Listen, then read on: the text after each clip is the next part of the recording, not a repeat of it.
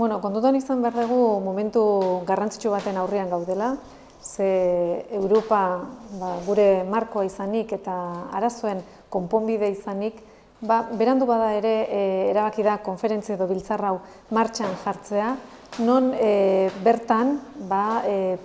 pendiente dauden gauz desberdinak eztabaidatu nahi diren. Momentu garrantzitsua da, ze aukera emango diogu edo aukera ematea nahi dugu behintzat eta hor egongo gara, gu bezalako nazioek, estatu gabeko nazioek, baina gure eskuduntz legegileekin eta gaudenak gure ahotsa edukitzeko. Euskadik bere ahotsa behar du eta gure nahiak, gure beharrezanak, gure arazoak entzuteko